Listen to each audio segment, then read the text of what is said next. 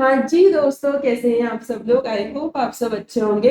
आज हम अपने ऑडिट की रिवीजन सीरीज में आगे चलते हैं। आज हम रिवाइज करेंगे SA 500 ऑडिट एविडेंस। देखो, ये स्टैंडर्ड तो हर ऑडिट में ही लगता है कि हम अपने ऑडिट का ओपिनियन कभी दे सकते हैं जब हमारे पास सफिशिएंट एप्रोप्रिएट ऑडिट एविडेंस हो to base it to form a base of it, right.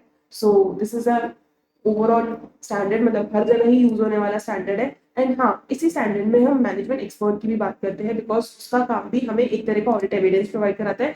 हम एनालाइज करते हैं कि क्या हम उसके काम पे रिलाई करके अपने काम को कंक्लूड कर सकते हैं या नहीं कर सकते हैं।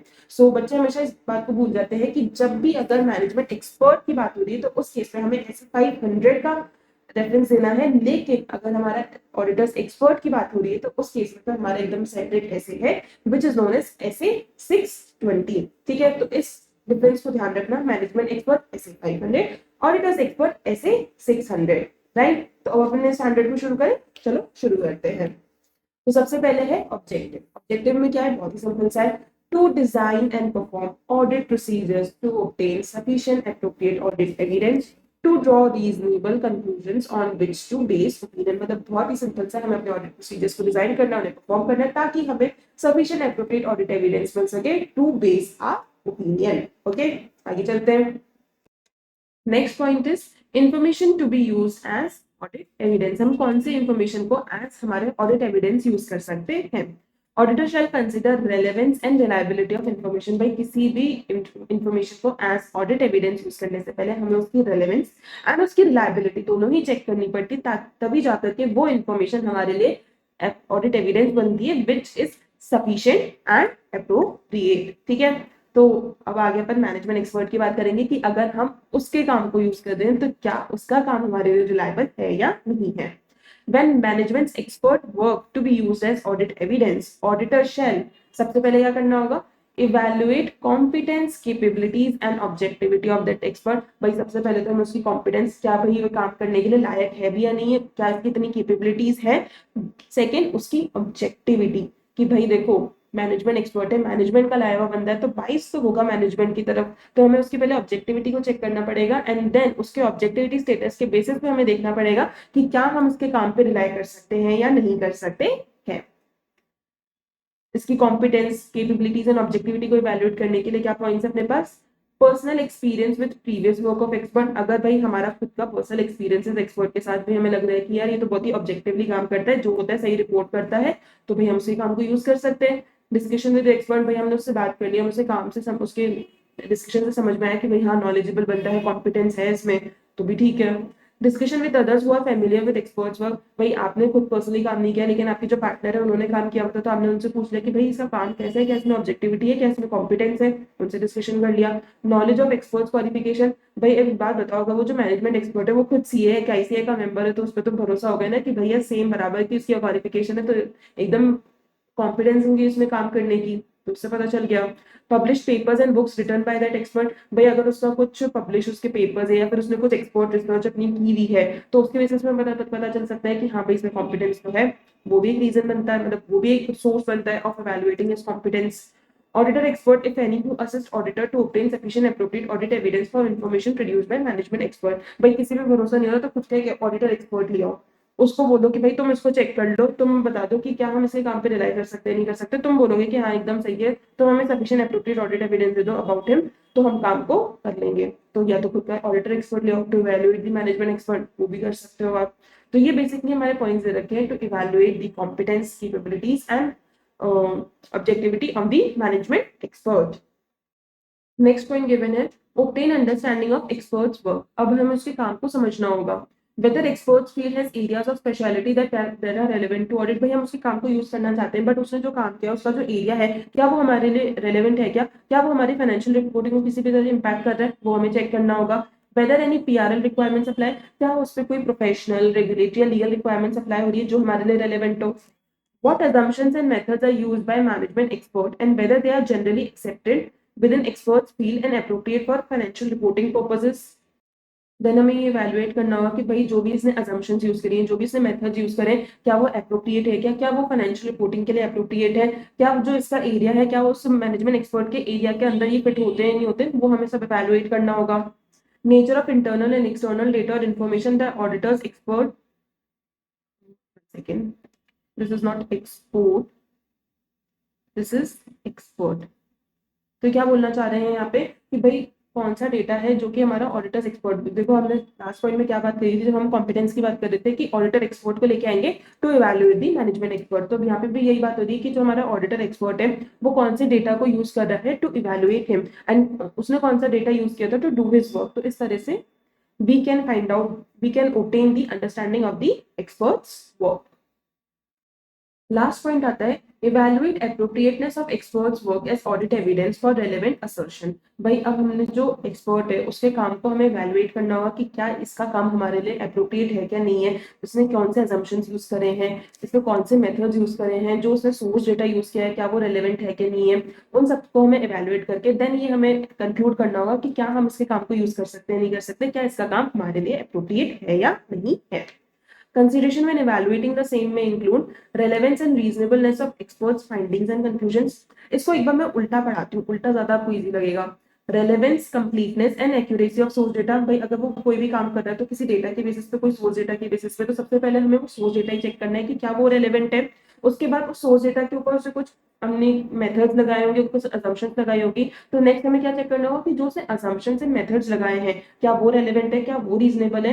एंड सोर्स डेटा के ऊपर अपने असम्पशंस लगा करके जो उसके सामने फाइंडिंग्स आए, जो उसके सामने कंक्लूजन्स आए हैं, क्या वो हमारे काम के लिए, हमारी ऑडिट के लिए रेलेवेंट है या नहीं है, क्या वो रीजनेबल है या नहीं है, वो हमें इवैल्यूएट करना होगा।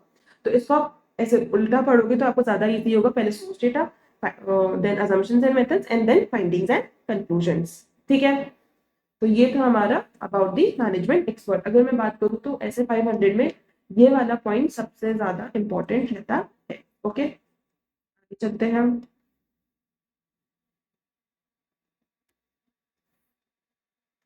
अब नेक्स्ट पॉइंट आ गया अपने सामने, matters affecting nature, timing, extent of audit procedures in case information produced using work of management expert. अब अपने सामने कुछ मैटर्स आएंगे। हाँ जी, अब नेक्स्ट पॉइंट क्या है कि भाई हमारे सामने से कौन से मैटर्स आ सकते हैं जो कि हमारे ऑडिट प्रोसीजर्स के नेचर, टाइमिंग एंड एक्सटेंट को चेंज कर सकते हैं। क्यों चेंज कर सकते हैं? क्योंकि हम अपने ऑडिट प्रोसीजर्स में मैनेजमेंट एक्सपर्ट का काम यूज कर रहे हैं। तो बेसिकली वो मैटर्स क्या हो सकते हैं, वो सारे अपने सामने यहाँ लिखे हुए हैं। Nature and complexity of matter to which management expert relates. भाई अगर मैटर कॉम्प्लेक्स है तो उस केस में तो भाई अगर हम उसे काम को यूज कर रहे हैं तो ऐसा हो सकता है कि अगर कुछ कॉम्प्लेक्स आ गया या फिर उस डेटा में कुछ चेंजेस हो गए तो वो हमें इम्पैक्ट कर सकते हैं, तो उससे हमारे ऑडिट प्रोसीजर्स में चेंज आ सकता है।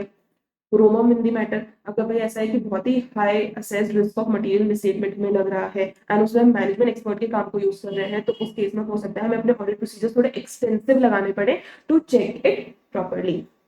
Availability of alternate sources of audit evidence. भाई ऐसा तो नहीं कर सकते ना कि हम मैनेजमेंट एक्सपर्ट पे टोटली रिलाई कर लें, तो हमें उसके काम के साथ साथ एक other source of audit evidence भी रखना पड़ता है ताकि हम वहां से ऑल्टरनेट एविडेंसेस ले सके एंड देन हम कोलैबोरेट करके देख सके कि भाई दोनों एट पार है या नहीं है।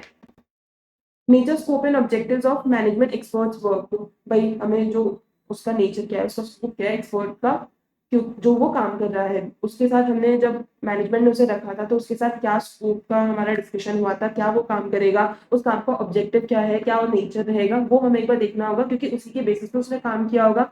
एंड अगर उसने कोई शैलो वर्क किया है, बस ऊपर ऊपर से कुछ काम किया है, तो वो हमारी डिटेल ऑडिट को हेल्प नहीं कर पाएगा। तो हमें उसके स्कोप को, उसके ऑब्जेक्टिव को आइडेंटिफाई करना होगा ताकि हम ये देख सके कि भाई हाँ इसके काम से हम आगे के अपने ऑडिट प्रोसीजर्स को कम कर सकते हैं नहीं कर सकते हैं। Whether management expert is employed by entity और इज पार्टली एंगेज। ये देखो ये बहुत ही इम्पैक्ट करता है कि भाई हमारा जो मैनेजमेंट एक्सपर्ट है वो कंपनी का एम्प्लॉय है या फिर कंपनी ने बाहर से आउटसोर्स किया है। अगर किसी ने बस डेपुटेशन बेसिस पे उसको लेके आए होंगे या फिर एज अ अदर प्रोफेशनल उसको लेकर के आए होंगे भाई तुम आकर के बस इन चीजों को कर लो, तो वो थोड़ा सा ज्यादा रिलायबल होगा बिकॉज वो हमारा बाहर का बंदा है। लेकिन अगर कोई कंपनी का ही बंदा होगा जो उन्हीं के पेरोल पे है तो वो तो उन्हीं का एम्प्लॉय है, उन्हीं का चेला है, तो वो तो अपनी सैलरी बचाने के लिए, अपनी नौकरी बचाने के लिए झूठ भी कर सकता है, तो वो ज्यादा रिलायबल होता नहीं है। तो उस केस में हमें अपने एक्सटेंसिव प्रोसीजर लगाने होंगे। अगर बाहर का बंदा होगा तो हम उससे रिलाई करके अपने प्रोसीजर को थोड़ा कम एक्सटेंड का कर सकते हैं। Extend to which management can exercise control और influence over work of management expert. देखो भाई मैनेजमेंट काम तो कर रहे हैं लेकिन हमें साथ साथ ये भी चेक करना होगा कि भाई कहीं इसका इसके ऊपर मैनेजमेंट का इन्फ्लुएंस तो नहीं है, कंट्रोल तो नहीं है, किसी तरह उसको कंट्रोल कर रहे हैं। जैसे एम्प्लॉय होगा तो ऑब्वियसली वो उसे कंट्रोल कर ही पाएंगे, उसे कंट्रोल करो, उसे इन्फ्लुएंस करो कि भाई जैसे हम बोले वैसे ही तुझे करना पड़ेगा, तो उस केस में हम उसे काम को बिल्कुल यूज नहीं कर सकते हैं। Nature and extent of controls with in entity over management expert work. देखो, दो तरह के कंट्रोल है। एक तो ये कि भाई किसी के ऊपर मतलब ऊपर एकदम अपनी नजरें खड़ा कर रखना एंड उसको गलत भी इन्फ्लुएंस करना, एंड दूसरा होता है कि एंटिटी के जो कंट्रोल्स बने हुए हैं फॉर द मैनेजमेंट एक्सपर्ट, भाई हमें उन कंट्रोल्स को भी चेक करना पड़ेगा, कहीं वो कंट्रोल्स ऐसे तो नहीं है कि जिसकी वजह से मैनेजमेंट एक्सपर्ट रिस्ट्रिक्ट हो रहा है in doing his work, in completing his scope of work. अगर इस तरह का हो रहा है तो भी उस कंट्रोल्स की वजह से हम अपने जो मैनेजमेंट एक्सपर्ट है उसके काम को यूज करके अपने ऑडिट को कंक्लूड नहीं कर सकते हैं, बिकॉज उसके ऊपर स्कोप रिस्ट्रिक्शंस आ रहे हैं due to the controls being implemented on him. Next, auditor's knowledge and experience of management expert's field of expertise. भाई देखो, अगर कोई अकाउंटिंग से रिलेटेड है या थोड़ा भी ऊपर नीचे नंबर से रिलेटेड है, स्टॉक मार्केट से रिलेटेड है, तो भी ऑडिटर से थोड़ा बहुत चेक करके देख सकते हैं कि हाँ भाई ठीक है सब कुछ। लेकिन अगर कोई बिल्कुल ही इंजीनियरिंग लाइन की कोई चीज है तो उसकी नॉलेज तो ऑडिटर को हो नहीं सकती, तो वो थोड़ा सा डिफिकल्ट केस बनता है। अगर कुछ एकदम इंजीनियरिंग लाइन या डॉक्टर लाइन से रिलेटेड कुछ पॉइंट्स आ जाते हैं जिससे चेक करना हमारे लिए जरूरी होता है, तो उसकी तो फील्ड ऑफ एक्सपर्टीज बिल्कुल भी ऑडिटर को है नहीं। लेकिन अगर कोई ऐसा पॉइंट है जो कहीं ना कहीं हमारे फाइनेंस से रिलेटेड है, तो उसे तो ऑडिटर खुद भी चेक करके डिटरमाइन कर सकता है कि हाँ भाई इसमें मैनेजमेंट ने कहीं ना कहीं आपको एकदम सही से ही किया होगा। Auditors previous experience of work of that expert. भाई प्रीवियस एक्सपीरियंस तो बहुत ज्यादा मायने रखता है कि अगर हम पहले भी उसके साथ काम कर चुके हैं, हम पहले भी उसके काम को देख चुके हैं एंड उसकी रिपोर्टिंग पर हम रिलाई करते हैं, तो वो तो बहुत अच्छा हो गया। whether expert is subject to technical performance standards, professional and industry requirements। देखो, अगर वो कोई भी पर्टिकुलर फॉर सपोज अगर वो बार काउंसिल का मेंबर है या फिर अगर वो डॉक्टर डॉक्टर कमेटी जो होती है, जो भी उनकी काउंसिल का नाम होता है, अगर उसके अंदर वो फॉल कर रहा है, उसके स्टैंडर्ड्स अप्लाई होते हैं, तो वो उन स्टैंडर्ड से कंप्लाई से करना ही पड़ेगा। जैसे अगर हम चार्टर्ड अकाउंटेंट की बात करें तो कोड ऑफ एथिक्स उस पर लगते हैं, अगर उससे वो नॉन कंप्लाइंस करे तो उसकी सीए की डिग्री भी उससे छीनी जा सकती है। तो ऐसे दूसरे के मतलब दूसरे प्रोफेशन में भी होता होगा। अगर इस तरह के कोई भी प्रोफेशनल स्टैंडर्ड उस पर अप्लाई होते हैं, तो मतलब फर्स्ट हैंड यही कंसिडर किया जाता है कि वो उसे अच्छे से कंप्लाई करता होगा, बिकॉज कोई भी नॉन कंप्लाइंस करके अपनी डिग्री नहीं होना चाहता। तो यही माना जाता है कि वो उसे कंप्लाई कर रहा होगा एंड उसके वर्क पे हम रिलाई कर सकते हैं। तो हमें ये देखना होता है कि क्या वो किसी तरह के टेक्निकल या प्रोफेशनल स्टैंडर्ड से कंप्लाई करने के लिए लायबल तो नहीं है। अगर होगा तो यस, हम उसके काम पर रिलाई कर पाएंगे। तो बेसिकली ये मैटर्स हैं जो कि हमारे ऑडिट प्रोसीजर्स की नेचर, टाइमिंग एंड एक्सटेंट को अफेक्ट कर सकते हैं। नेक्स्ट पॉइंट आता है कि मैम हम इन सारे पॉइंट्स को लर्न कैसे करें। तो आपको बस 3 पॉइंट्स को लर्न करना है, आपके सारे पॉइंट्स लर्न हो जाएंगे आराम से। 3 पॉइंट्स क्या है?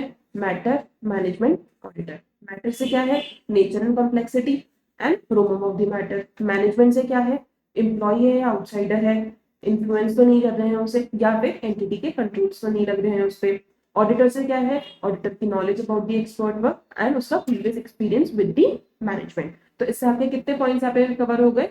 आपके 7 पॉइंट्स यहाँ पे कवर हो गए। स्टिल आपके 3 पॉइंट्स जो बचे हैं वो यहाँ पे मैंने मार्क कर दिए।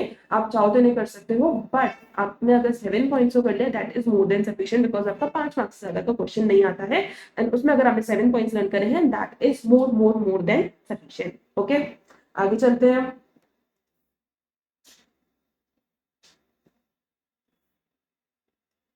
अब नेक्स्ट है methods of attaining audit evidence. कौन कौन से मेथड से हम ऑडिट एविडेंस अटेन कर सकते हैं, ऑब्टेन कर सकते हैं। ये तो बिल्कुल ही इतना सिंपल सा है। Observation, inspection, external confirmation, recalculation, reperformance and analytical procedures. तो इसका तो मॉर्निंग जहां तक है हर बच्चा ही जानता होगा, AEIOU। एंड ये मैंने नहीं दिया है, ये एकदम हमारे एकदम प्यारे से सर ने दिया है, जो कहते हैं सीखना बन तो जीतना बन। एंड यस, ये मेरी तरफ से नहीं बनाया है, मैंने भी ये उन्हीं से सीखा था। उन्होंने ही मतलब मैंने ऑब्वियसली जब मैं अपना पढ़ती थी तो मैंने उनको सुना था, तो जो उन्होंने बताया वही मुझे भी ध्यान रहा एंड मैं वही आपको भी बता रही हूँ। And it's very easy mnemonic, मतलब उन्होंने बहुत ही ज्यादा एकदम इजी सा निमोनिक दिया है। AEIOU, मतलब जितने भी वॉवल्स है उन्हें बोल लो एंड आपके सारे पॉइंट्स यहाँ पे कवर हो जाएंगे। एक एक्स्ट्रा में पॉइंट बचेगा बस, री परफॉर्मेंस का। ओके, तो अब चलते हैं डिटेल में इंक्वायरी पे। क्या लिखा हुआ है इंक्वायरी में? मतलब इंक्वायरी मतलब it's basically part of the methods. मतलब ये तो 6 पॉइंट्स अपने अलग से गिवन है एंड 7 पॉइंट जो अपना इंक्वायरी है उसमें आगे सब पॉइंट्स और गिवन है। It consist of seeking information of knowledgeable persons with in और आउटसाइड द एंटिटी। मतलब इंक्वायरी में क्या होता है, हम नॉलेजेबल पर्सन से पूछते हैं कि भाई ये काम कैसे हुआ है, इसमें काम कैसे होता है, इसके एविडेंस मुझे कहाँ से मिल सकते हैं, इसका सोर्स क्या है, तो इंक्वायरी करना। It is use extensively throughout audit in addition to other audit procedures. भाई इंक्वायरी करे बिना तो ऑडिट हो ही नहीं सकती ना, हमें क्या पता कि कहाँ पे हमें क्या चीज मिलेगी, हमें किससे किस इंसान से क्या बात करनी है, उसे किस बारे में नॉलेज हो सकती है, वो हमें पूछ पूछ के ही तो होगी। तो इंक्वायरी बहुत ज्यादा यूज होती है in the audit. It may range from formal written inquiries to informal oral inquiries. भाई अगर आप किसी क्लाइंट पे जाकर के काम कर रहे हो, देखो आप ऑब्वियसली प्रैक्टिकल सिचुएशन में बात करो, क्या हम हमेशा लिख करके ईमेल करके देते हैं कि सर प्लीज मुझे आप इसके बारे में बताइए, नो, हम जस्ट उनके पास जाते हैं, जो भी मैनेजर होते हैं, असिस्टेंट मैनेजर होते हैं, उनके पास जाते हैं, उनको बोलते हैं कि सर मुझे इस बारे में समझ नहीं आ रहा, क्या आप मुझे बता सकते हो। तो वो हो गया हमारा informal oral inquiry. Evaluating responses is an integral part of it. भाई अब वो जो बता रहे हैं उसे इवेलुएट करना हमारी जिम्मेदारी होती है, क्या उन्होंने हमें सही बताया, क्या हमें झूठ बता रहे हैं, वो हमें इवेलुएट करना होता है। Responses may provide information not previously possessed or with corroborative audit evidence or with information that differs significantly from other information that he has obtained। मतलब हो सकता है कि देखो हो सकता है इंक्वायरी में वो कुछ ऐसी इन्फॉर्मेशन बता दे जो हमारे पास पहले नहीं हो, या फिर ऐसी इन्फॉर्मेशन जो हमारे पुराने एविडेंस के साथ कोरोबोरेट करे उसके साथ मिल जाए, या फिर कुछ ऐसी इन्फॉर्मेशन जो कि बहुत एकदम डिफरेंट हो। देखो दो तरीके हो सकते हैं, तीन तरीके हो सकते हैं, हमारे पास पहले नहीं थी, या फिर अदर ऑडिट एविडेंस से आकर के मिल गई, या फिर उनसे नहीं मिली, बिल्कुल ही कुछ डिफरेंट एकदम कॉन्ट्राडिक्ट बात उन्होंने बताई ही है। ठीक है। In some cases, responses provide a basis to modify or perform additional audit procedures। अब उन्होंने जो रिस्पॉन्स दिए होते हैं वो मैच कर रहे हैं, नए हैं, नहीं मैच कर रहे, उसके बेसिस पे हम आगे के अपने ऑडिट प्रोसीजर्स को प्लान कर सकते हैं। ठीक है। एंड वो ऑब्वियसली हमारे ओपिनियन को भी मॉडिफाई करने का काम करते हैं। मतलब मॉडिफाई दोनों तरह से हो सकते हैं, अनमॉडिफाइड या मॉडिफाइड ओपिनियन। तो बेसिकली इंक्वायरी के अंदर ही पॉइंट रखे कि इंक्वायरी क्यों इंपॉर्टेंट होती है during the course of audit, and इसके बिना हमारी ऑडिट हो भी नहीं सकती है। फॉर्मल भी चलते, इनफॉर्मल भी चलते, एंड उनके रिस्पॉन्सेज को इवेल्युएट करना हमारा इंटीग्रल पार्ट होता है। ओके, लास्ट पॉइंट है factors of indicating reliability of evidences. ऐसे कौन से फैक्टर्स है जिसकी बेसिस पे हम ये इवेल्युएट कर सकते हैं कि हाँ भाई हमें ये जो ऑडिट एविडेंसेस मिले हैं ये रिलायबल है या नहीं है। बेसिकली बहुत एकदम छोटू सा पॉइंट है, इजी सा पॉइंट है, जो हमारे इंटर में भी था। obtain from independent sources outside entity। अगर हमें किसी इंडिपेंडेंट बंदे से, किसी थर्ड पार्टी से मिले तो उसको हम ज्यादा रिलाई कर सकते हैं इंस्टेड ऑफ किसी इंटरनल बंदे से, कोई एम्प्लॉय से, क्योंकि वो तो भाई कंपनी ही भला चाहेगा ना। तो इंडिपेंडेंट पर्सन थर्ड पार्टी से मिले हुए बैलेंसेस या कोई भी इंफॉर्मेशन ज्यादा रिलायबल होती है। obtain directly by auditor. अगर कोई इन्फॉर्मेशन डायरेक्टली ऑडिटर के पास आई है तो वो ज्यादा रिलायबल होगी। अगर मैनेजमेंट के रूट होकर आएगी तो मैनेजमेंट खुद भी देखेगा, उसमें चेंजेस करके मुझे बता दे, तो वो ज्यादा रिलायबल नहीं होती है। तो जो डायरेक्टली ऑडिटर के पास आ रही है वो ज्यादा रिलायबल होती है। Related control are effective in case of generated internally. अगर इंटरनली भी जनरेट हुई है तो उस केस में भी हमें देखना होगा कि भाई अगर वो कंट्रोल्स एकदम प्रॉपर लगे हुए, इंटरनल कंट्रोल्स एकदम परफेक्टली परफॉर्म कर रहे हैं, तो इस केस में वो जो इंटरनली भी इंफॉर्मेशन जनरेट हुई है वो ज्यादा रिलायबल होगी in case in any entity, instead in any entity जहां पे कंट्रोल्स प्रॉपर्ली वर्क नहीं कर रहे हैं। नेक्स्ट, ऑब्टेन इन डॉक्यूमेंट फॉर्म। अगर भाई हमें कोई भी इन्फॉर्मेशन किसी भी मैनेजमेंट ने, डीसीडब्ल्यूजी ने डॉक्यूमेंट करके दिए, तो भाई उसने लिखित में दिए तो वो ज्यादा रिलायबल होगी, क्योंकि हम बाद में बोल सकते हैं भाई आपने ही इन्फॉर्मेशन दी थी, उसी की बेसिस पे हमने ओपिनियन दी है, तो आपने अपनी इन्फॉर्मेशन ही गलत दी है हमें। तो इसलिए जब भी कोई चीज रिटर्न में दी जाती है तो सामने वाला इंसान ही दो बार सोच के देता है कि भाई सब कुछ सही है नहीं है। ओरल में तो सब कुछ चला देते हैं कि हाँ भाई ऐसे ही होता होगा, लेकिन रिटर्न में जब दी जाती है तो वो ज्यादा रिलायबल बनती है, बिकॉज इंसान दूसरे वाले सामने वाले इंसान की जिसने वो लिख करके दिया है उसकी रिस्पॉन्सिबिलिटी बन जाती है over that return communication. Okay, obtain an original documents. अगर हमें कोई ओरिजिनल डॉक्यूमेंट्स मिले तो वो ज्यादा रिलायबल होंगे, लेकिन अगर हमें फोटोकॉपी मिले तो उसको तो मैं कोई भी चेंजेस कर सकता है, उसमें तो कोई भी टेलर मेड कर सकता है, तो वो ज्यादा रिलायबल नहीं होते हैं। तो बेसिकली अपने ये 5 पॉइंट्स हैं which evaluate the reliability of the audit evidences. इसको आप कैसे लर्न कर सकते हो? देखो सबसे पहले तो अगर बाहर के लोगों से मिला है तो ज्यादा रिलायबल होगा, लेकिन अगर अंदर के से भी मिल रहा है तो वो अच्छे कंट्रोल्स होने चाहिए। अगर अच्छे कंट्रोल्स हैं लेकिन अगर वो हमें ओरिजिनल डॉक्यूमेंट में मिले तो वो ज्यादा हमारे लिए रिलायबल हो जाएगा। नेक्स्ट, अगर वो डायरेक्टली हमारे पास है तो वो ज्यादा रिलायबल होगा इनडायरेक्टली आने के बजाय, एंड अगर वो हमें डॉक्यूमेंट फॉर्म में मिले तो वो हमें ज्यादा ही रिलायबल होगा। इसका मैं आपको एक बार ना क्रोनोलॉजी सेट करके देती हूँ ताकि आपको इजी रहेगा। सबसे पहले तो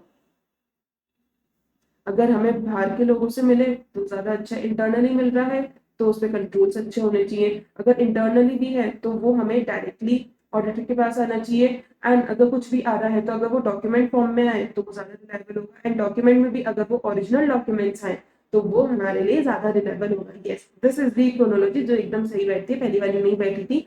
तो सबसे पहले क्या, इंडिपेंडेंट सोर्सेस आना चाहिए, अगर इंटरनली भी आ रहा है तो वो उसमें कंट्रोल्स अच्छे होने चाहिए। नेक्स्ट, वो हमारे पास जो भी इंफॉर्मेशन है वो डायरेक्टली आनी चाहिए, डायरेक्टली आ रही है, प्लस वो डॉक्यूमेंट फॉर्म में आए तो वो ज्यादा रिलायबल होगी। एंड डॉक्यूमेंट में भी अगर ओरिजिनल डॉक्यूमेंट के फॉर्म में आए तो वो हमारे लिए ज्यादा रिलायबल होगी। Okay, so here we have completed our this SA also. And बहुत ही छोटा सा ऐसे था, आपको मैंने मेजरली इसमें बता दिया आपको किस पे फोकस करना है। इसमें आप दो पॉइंट्स पे ज्यादा फोकस कर सकते हैं। फर्स्ट इज दिस पॉइंट, इसमें आप लिख सकते हैं learn. And the next is this point, इसमें भी आप लिख सकते हैं लर्न। इसके अलावा इस स्टैंडर्ड में और बाकी ऐसा कुछ भी नहीं है जिससे आपको फोकस करने की जरूरत है। एक बार आप रीड कर लोगे, that is more than sufficient. बस ये जो दो पैरास मैंने आपको दिए इनको आप अच्छे से कर लेना लर्न, इससे ज्यादा आपको स्टैंडर्ड के लिए फिक्र करने की जरूरत नहीं है। अभी मैंने आपको जितना भी टाइम लगा कर, 20-25 मिनट जो भी टाइम लगा है उतना लगा के मैंने जितना पढ़ाया है, प्लस आप 5 से 10 मिनट दे दीजिए, एक बार खुद पढ़ लीजिए, जितने भी पॉइंट्स उन्हें लर्न कर लीजिए। एंड अगर आप कोई भी अगर रिवाइज भी करते हो दोबारा से तो बस 5 मिनट से ज्यादा आपको स्टैंडर्ड को नहीं देना है, बिकॉज आपके पास ऑलरेडी बड़े बड़े स्टैंडर्ड्स है जिन पर आपको ज्यादा फोकस करने की जरूरत है। ओके, सो जितना मैंने आपको बताया उतना आप कर लोगे, that is more than sufficient. Okay, so अभी के लिए मैं आप लोगों से बता देती हूँ, जल्दी आप लोगों से मिलूंगी with a new standard. Till then stay tuned, अपनी पढ़ाई को बहुत अच्छे से करते रहे। एंड अगर कोई भी प्रॉब्लम आ रही है तो हम मेरे साथ ऑब्वियसली कनेक्ट कर सकते हैं थ्रू दी टेलीग्राम चैनल का लिंक आपको डिस्क्रिप्शन बॉक्स में मिल जाएगा। सो आई होप आप इसी तरह से खुशी खुशी पढ़ते रहेंगे। Till then stay tuned, here is C N Gupta signing of.